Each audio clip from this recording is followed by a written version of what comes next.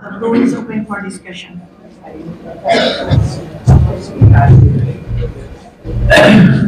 First of all, I'd like to thank the pathology department and my sir and madam for presenting such an important topic related to breast cancer. My question is to the speaker.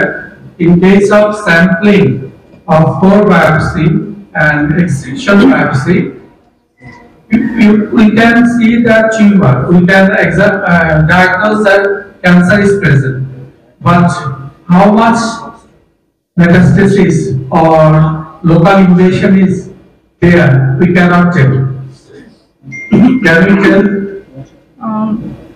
We can done by staging of the tumor. We can see how much. By other investigation.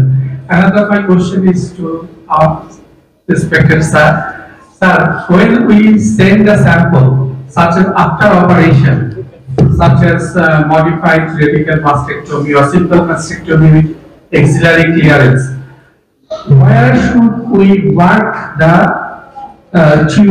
tumor site along with lymph node for the beneficial effect or beneficial findings for the pathologist? Which site should be marked properly? At the site of tumor or lymph node or at the tumor margins? What is more beneficial to you during sending sample? আচ্ছা, এখানে কয়েকটা প্রশ্ন জড়িত। একটা হচ্ছে যে আমাদের দেশে যে প্রেক্ষাপট, আমি ওই কিছুদিন আগে একটা হাসপাতালে ভর্তি ছিলাম। ওখানে একজন আমাকে বললো যে আমার ইনভেস্টিগেশনের জন্য ৩৬,০০০ টাকা গেছে, শুধু হিস্টোপ্যাথির জন্য ৩৬,০০০ টাকা হিস্টোপ্যাথির জন্য গেছে।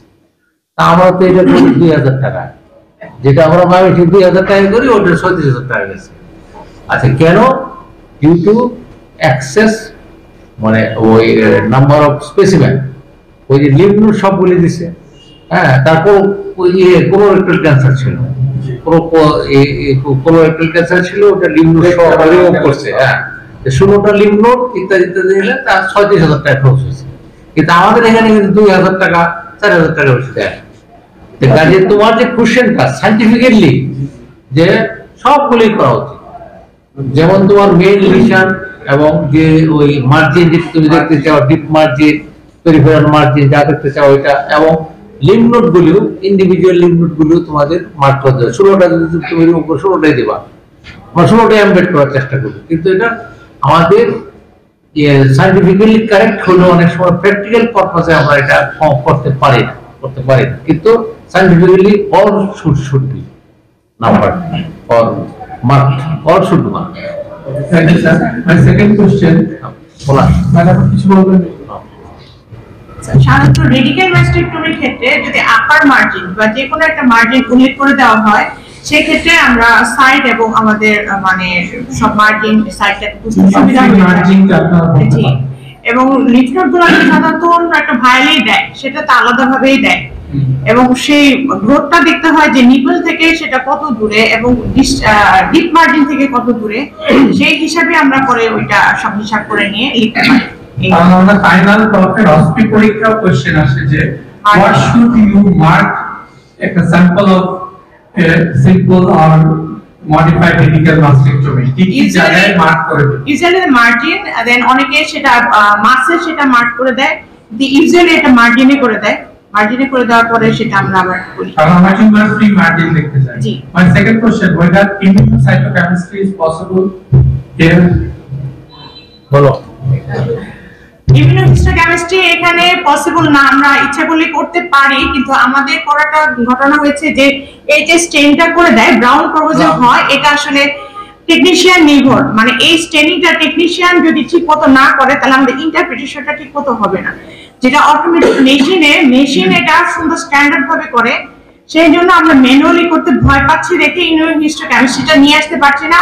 আরেকটা কথা, আমাদের নাম্বার স্পেসিমেন্ট অনেক কম, যে আমরা যে খরচটা করবো এই খরচটা এখানে দিবে না, খরচটা উঠেও আসবে না, সেটার জন্য আমরা এখানে করতে চাচ্ছি না। কিন্তু স্যার আমাদেরকে সবসময় বলছেন যে তোমরা শুরু করো, কিন্তু মানে আমরা এই দুইটা এর জন্য করতে পারছি না আর কি, কারণ আমাদের স্পেসিমেন অনেক কম। আমি একটু অ্যাড করে আসছি স্যার, প্লিজ আমাদের যে কোশ্চেনটা আসছে এই কোশ্চেন একটু ক্লিয়ার করার জন্য বলছি যে আমাদের যখন সাধারণত একটা মাস্টিকটমি পাঠায় আমাদের কাছে, তখন পুরোপুরি একটা রেস্ট তুলে নিয়ে তার সাথে অ্যাক্সিলারি লিম্ফোড সহ পাঠিয়ে দিয়ে দেখা যায় বিশেষ প্রফেসর আনসারি যেটা বলছেন যে আলাদা করে বেশিরভাগ ক্ষেত্রে আমরা পাই আমাদের করে দেয় না, আমাদের কিছু বের করতে হয়।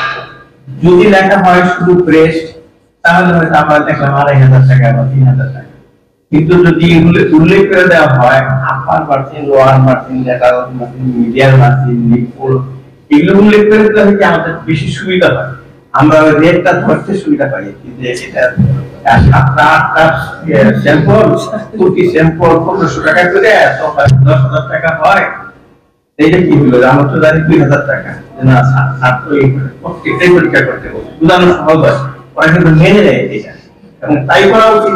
উল্লেখ করে দিবেন যে কোথায় কোথায় থেকে আমাদের কিছু অল মার্জিন, মার্জিন 6টা হয়, 6টা মার্জিন হয়তো 6টা ব্লক, আবার টিউমার থেকে 2টা, লিম্ফ নোড থেকে যতটা লিম্ফ নোড আছে, তখন আমরা করি আমরা কিন্তু বুঝি জিনিসটা কত টাকা বলছি, 12,000 টাকা না, এত টাকা দিতে পারবে না, ঠিক আছে 6,000 টাকা, তাহলে 2,000 টাকা দিবে না, কিন্তু 12,000 টাকা 2,000 টাকা 6,000 টাকা দিতে পারবে, তারা সন্তুষ্ট হয়ে যায়। এরকম করলে ভালো হয়, উল্লেখ করে দিলে ভালো হয়। আর উল্লেখ করে না দিলে হয় কি, দেখা গেল যে যেটা বললো যে আপার মার্জিন দেওয়া হবে, কিন্তু যখন আমার আরেক ডাক্তারের কাছে যাবে তখন বললো যে অন্যান্য মার্জিন বেরিয়ে আসে, তখন আরো ঝামেলা করে তারা। এজন্য প্রথমে এই কাজটা করা উচিত এবং নিচে লেখা উচিত ইমিউনোহিস্টোকেমিস্ট্রি সহ, তাহলে হয়তো আমরা বলে দিই ইমিউনোহিস্টোকেমিস্ট্রি পরে করবেন, স্যাম্পলটা নিয়ে যাবেন পরে। আমার কাছে কিছুদিন আগে আমি সতেজ হাসপাতালে গেছিলাম, আমারই এক ছাত্রী দেখে ওখানে হিস্টোকেমিস্ট্রি করে, ওকে দেখতে গেলাম, এখন দেখি সে ইমিউনোহিস্টোকেমিস্ট্রি করে, কিন্তু আমি জানতাম না এখন করে কিনা জানি না, এটা কয়েক মাস আগে দরকার। স্বদেশে আর ট্রাস্টার ম্যানুয়ালি শুরু করেছে, কিন্তু ম্যানুয়ালি এটা মানে সব জায়গায় এত ওয়েল অ্যাকসেপ্টেড না, কিন্তু এটার জন্য আর কি যদি কেউ করেই থাকে তাহলে যেন সে একটু প্রচার করে যে আমরা করি, আমি নিজেই জানি না তাহলে কেমন হবে। Thank you.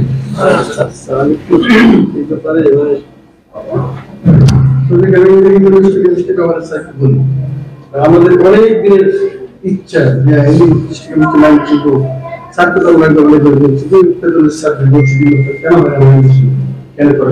আমাদের একটা বাংলাদেশ লিভার ক্যান্সার সোসাইটি আছে, আমি মিটে গেছিলাম গোলাম মুস্তফা স্যার ছিল, সেটা হলো আনোয়ারা মেডিকেল সার্ভিসেস। স্যারকে বললাম স্যার ইমিউনোহিস্টোকেমিস্ট্রি বাংলাদেশে চালু করার ব্যাপারে স্যার আপনি কোনো হেল্প করতে পারেন? তো স্যার বলছি কি দেখছি তো আমি ঢাকাতে আমরা ইমিউনোহিস্টোকেমিস্ট্রি চালু করছি প্রায় 10 বছর আগে, কিন্তু আমি পুরো 6 বছর পুরো লস, আমার লক্ষ লক্ষ টাকা আমার লস। আমি 4 বছর যাব আমার মোটামুটি প্লাস, মানে এগুলি একটা টিস্যু সিস্টেম ইমিউনোকেমিস্ট্রি করতে গেলে 70টা লেখে নিয়ে যান, বিভিন্ন ধরনের যে এগুলো ইউজ করতে হবে। করলে আমি যদি একটা স্যাম্পল পাই তাহলে পুরো রিসার্চ লস, মাসে 10 কাজে লাইন শিখে ফিজিবল এবং এটা টোটালি ফিজিবল না। পাঠিয়ে দিতে হয়েছি আমাদের ব্যক্তিগত লাগবে। আমি বলতে যাচ্ছি, ঠিক আছে, রিপোর্ট প্রেজেন্টেশন মানে রেজিস্টারে একটা কমন সমস্যা আমাদের, যে আমরা রিপোর্ট করার সময় অনেক সময় দেখা গেল রোগীর হয়েছে টিবি, ব্রেস্ট টিবি হবে, আমি রিপোর্ট দিয়ে দিলাম আমি সিএফ পেয়েছি। এমন ঘটনা স্যার তো জানেন স্যার, এমন ঘটনা ঘটছে স্যার, যে প্যাথোলজিস্ট রিপোর্ট দিচ্ছে ব্রেস্টের সিএফ ব্রেস্ট, এবং সার্জন কি করছে একবার ভালো লিখছে, আর কোনো চিন্তা নাই, এরকম একটু দেখছিল বলে কিছু ব্রেস্টটাকে পালাইছে, ব্রেস্ট কাটতে পরে পালাইছে, আবার স্কুলে দিয়ে আসছে রিপোর্ট আসছে টিউবারকুলোসিস। তারপর তো স্যার জানেন এটা ব্যবস্থা করতে কেমন ঘটনা লাগবে, কয় টাকা লাগবে, কি করা লাগবে, কাগজ দেওয়া লাগবে, স্যার বলে স্যার তো সব জানেন স্যার। এমন এই ব্যাপারে আমাদের কি সাবধানতা বলবো, রিপোর্ট করা আসলে কঠিন। আমরা যদি ছবি দেখছি শুধু শুধু ছবি পরে দেখলে দেখবে ক্যান্সার দেখা যাচ্ছে, আসলে বাস্তবে বাস্তবে স্লাইড দেখি তো আসলে কঠিন, আসলে খুবই কঠিন। খুব কঠিন। এটা কিন্তু এমন না যে বই যেমন লিখছে একবার এমন তো আসলে এই ব্যাপারে স্যার কি সাবধানতা আমাদের রিপোর্ট লেখার সময় রিপোর্টটা মিলে কি উকালতি ভাষা লিখতে পারি, রিপোর্টটা উকালতি ভাষায় এবং লেখার পর নিচে আমি লিখে রাখা করি যে কি হলো এটা তো সব লেখা লাগবে মনে করছে তো সেটা তো আইডিয়াল হওয়ার কথা। তো ডায়াগনোসিস তাহলে ডায়লেমাতেই রয়ে গেল, তাহলে আমি কেন এমএসসি করলাম বা কেন আমি এক্সিশন আমাদের যে স্যার আমাদের আমি দেখছি ইন্ডিয়ান বলে ডাক্তার বলি জানা থাইল্যান্ডে তো ম্যাক্সিমাম জায়গায় লেখা তাই দিচ্ছে ইমিউনোপ্যাথোলজিক্যাল ইমিউনো আর ক্লিনিক্যাল কোরিলেশন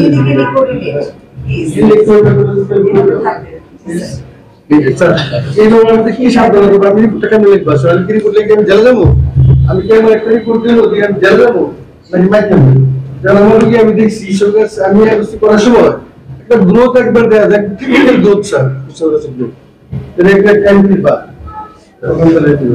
আমি একটা ভাবলাম লিখতাম না ক্যান্সার, আমি ভাবছিলাম যে না ক্যান্সার না লিখে একদম কিছু লিখে দিন প্লাস্টিক মাস্টার্স লিখে কিন্তু বললাম যে স্পষ্ট দেওয়া যদি কি করবো বলে ক্লিনিক্যালি করে লেখলে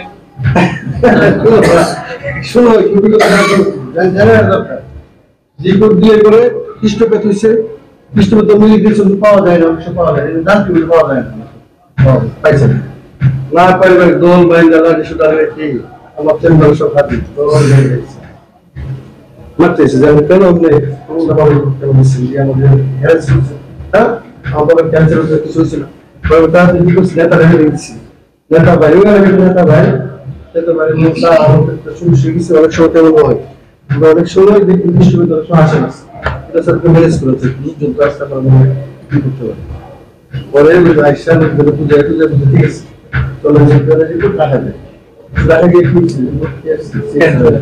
সেই সমস্ত সেই সমস্ত অনেক সময় রিপোর্ট করার ব্যাপারে আমাদের আসলে সারা পরিদিকটা পরিচালনা কি কথা পরিদিকটা অ্যাডভাইস করে যারা রিপোর্ট করবে তাদের কি ভাষাটা কেমন ইউজ করা উচিত, কি সাবধানতা অবলম্বন করা উচিত, সামনে যদি আরো বহুত খারাপ বাদ বলি না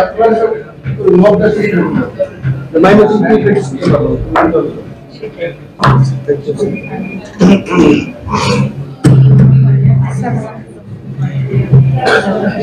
Thank you. Presentation. So, এখন আসলে ব্রাঞ্চে অনকোলজিস্টের কাছে কিন্তু ক্যান্সার হিস্টোপ্যাথোলজি আপনারা আমাদেরকে দিয়ে দিলে ওনারা কিন্তু ওষুধ শুরু করতে চায়, ওনারা ইমিউনোকেমিস্ট্রি চায়। আমার মনে হয় ময়মনসিংহে এটা আসলে যুগের দাবি, যত টাকাই খরচ হোক এটা শুরু করা উচিত। সমস্যা আমাদের আরেকটা প্রশ্ন, ব্রেস্টের যে কোনো সমস্যায় সবাই আমরা একটু মেমোগ্রাফি করতে প্রচন্ড, কিন্তু এর এত রেডিয়েশন হ্যাজার্ড সারা আছে আমরা কিন্তু আসলে এটাকে কতটুকু যুক্তিযুক্ত এবং এতটা রেডিয়েশন হ্যাজার্ড পেশেন্ট এবং যারা করে তাদের জন্য এই ব্যাপারে আমরা কতটুকু সতর্ক স্যার আল্ট্রাসোনোগ্রাফি সার্ভিস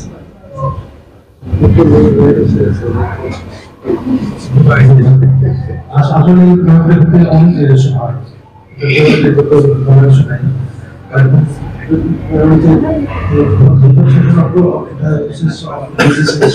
করতে হয়, কিন্তু আশা করি দ্বিতীয় পড়াশোনা ক্ষেত্রে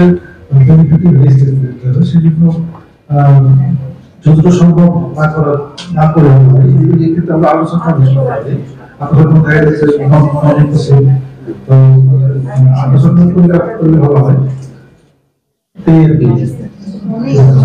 আমেরিকাতে তো একটা মানে অ্যাবাভ 40 বলে উইদাউট মেমোগ্রাফি কোনো এসিআরই নাই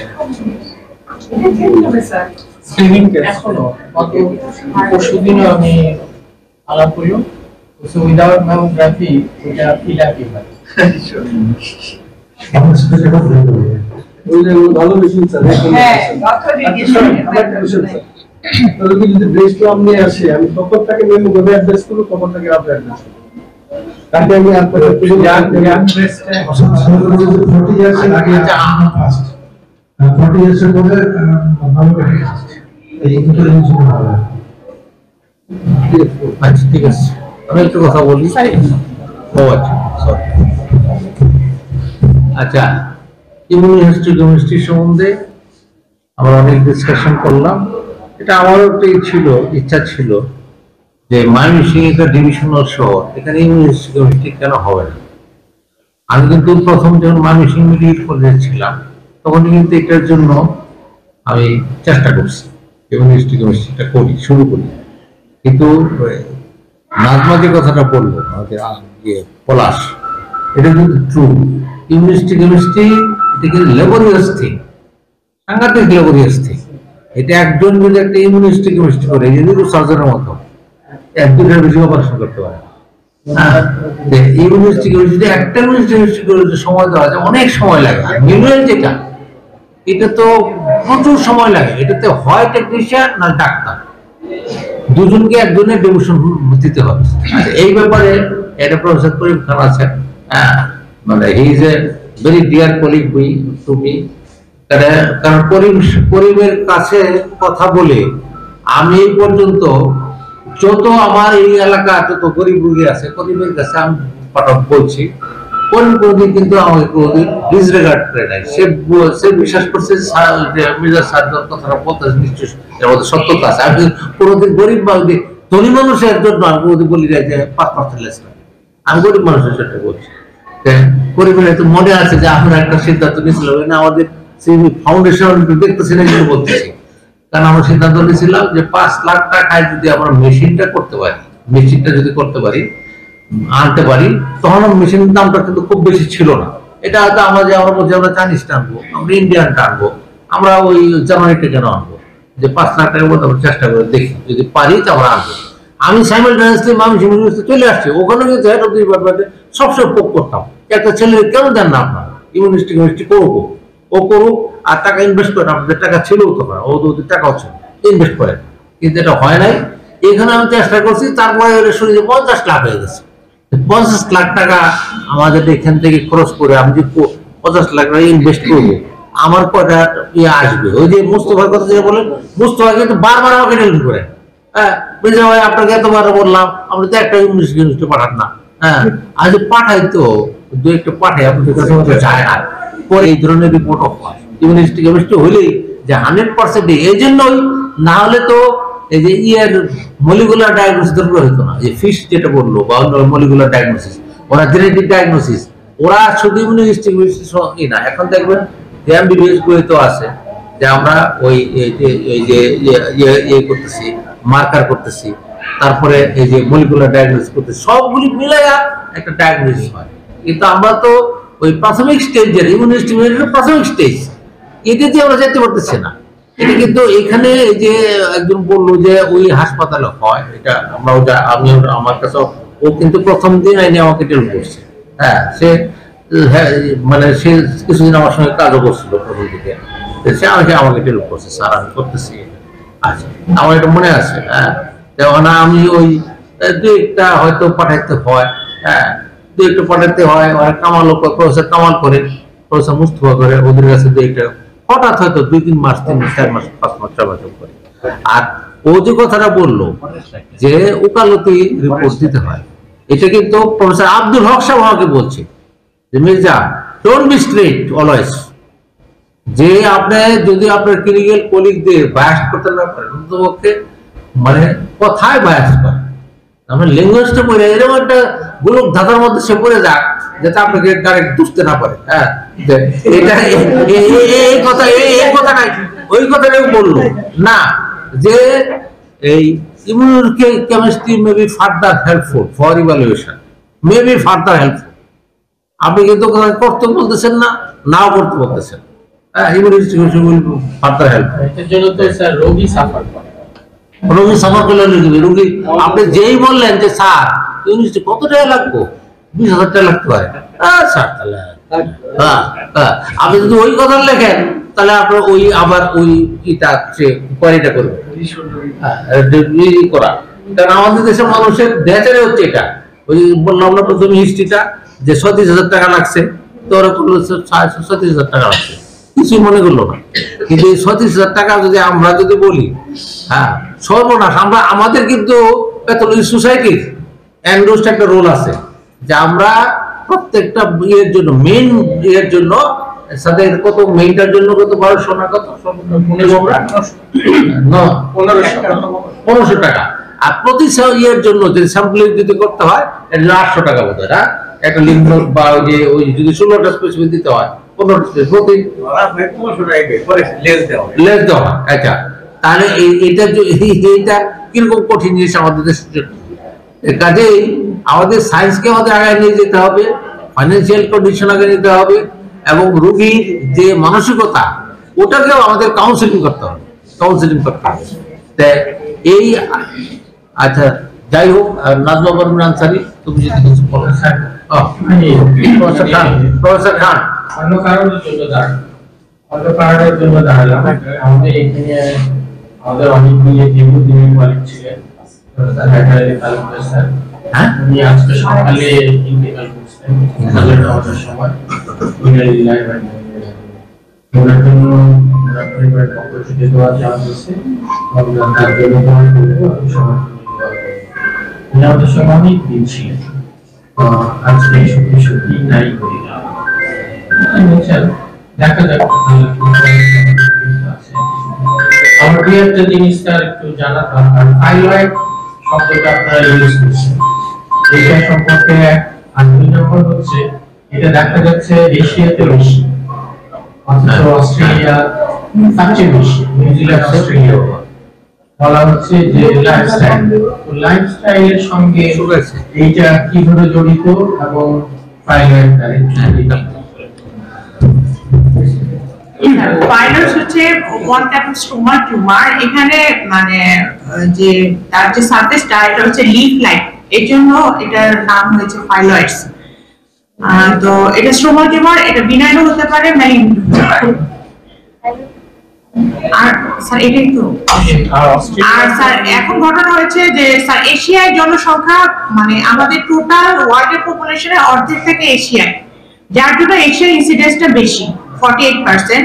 কিন্তু অ্যাজ এ রিজিয়ন শুধু জনসংখ্যার উপর নির্ভর করে, জি স্যার, ইনসিডেন্সের পার্সেন্টেজ মানে নিউ কেসেস প্রতি বছর কত হচ্ছে, এটা জেনেটিক বা অন্য কোনো কিছু না এটা। কিন্তু স্যার রিজিয়ন অনুযায়ী দেখা গেছে যে অস্ট্রেলিয়া এবং নিউজিল্যান্ডে ব্রেস্ট ক্যান্সারের প্রাদুর্ভাবটা বেশি।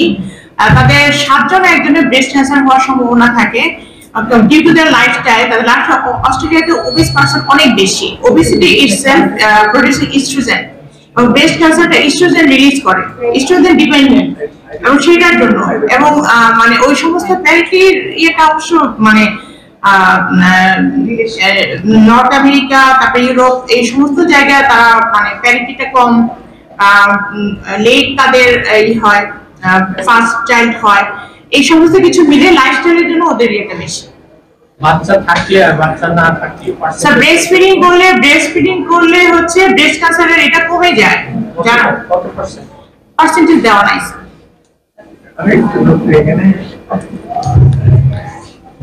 এখানে আমরা আপাতত অভ্যস্ত হয়েছি থাইরয়েড। তার প্রথম থেকে আমাদের আব্দুল স্যারের আমাকে শিখেছে লাস্ট DES আছে, থাইরয়েড এসকারিস নরমালি কয়েকস এরকম DES এখানে তাই আছে, এখানে দেখেন এটা। আর পাতার মতো যেটা আমরা একটা পিঠা দেখছি যে ঝাল পিঠার মধ্যে যখন তেজপাতা কষানো হয়, তেজপাতাটা টান দেওয়া হয়ে এখানে একটা ফাঁকা থাকে, সেরকম হাইড্রোডিস মাখা দিয়ে এরকম পাতার মতো একটা ফাঁকা থাকে।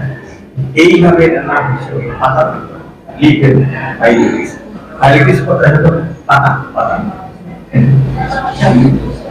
DES।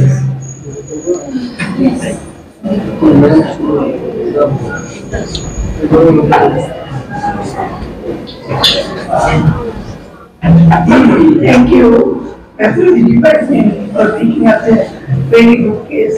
Actually, প্রথম যখন আমি নামটা দেখলাম তখন আমার কাছে খুব অ্যাট্রাক্টিভ লাগেনি, কিন্তু এখন মনে হলো, এবং স্পেশালি স্বপ্নাতে মানে স্লাইড প্রিপারেশন এবং ওর presentation was very good and international standard. তো আমাদের যে আমরা তো এখন ইয়েতে অনেক কিছু আসে না, ইয়েতে মোবাইলে, নেটে, আমাদের সবার ইয়েতেই আসছে মেসেজ যে লাইফটাইমে একবার খেলে ব্রেস্ট ক্যান্সারের ইনসিডেন্স কমে হলো ব্রেস্ট সাপ্রেসার, হলো ব্রোমো 15 এর মতো মানে ইয়ে আছে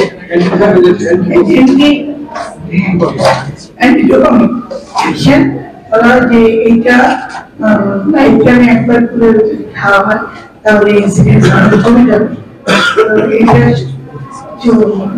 এটা জানি না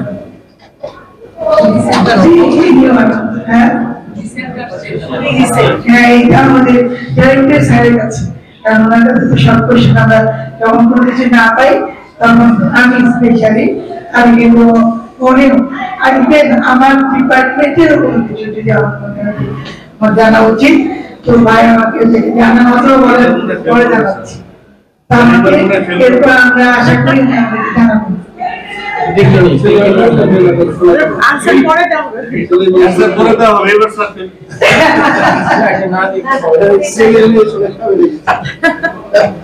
ব্রেস্ট ক্যান্সার যে ছেলেদের এত বেশি ইনসিডেন্স এটা কিন্তু আমাদের জানা ছিল না, তাই না?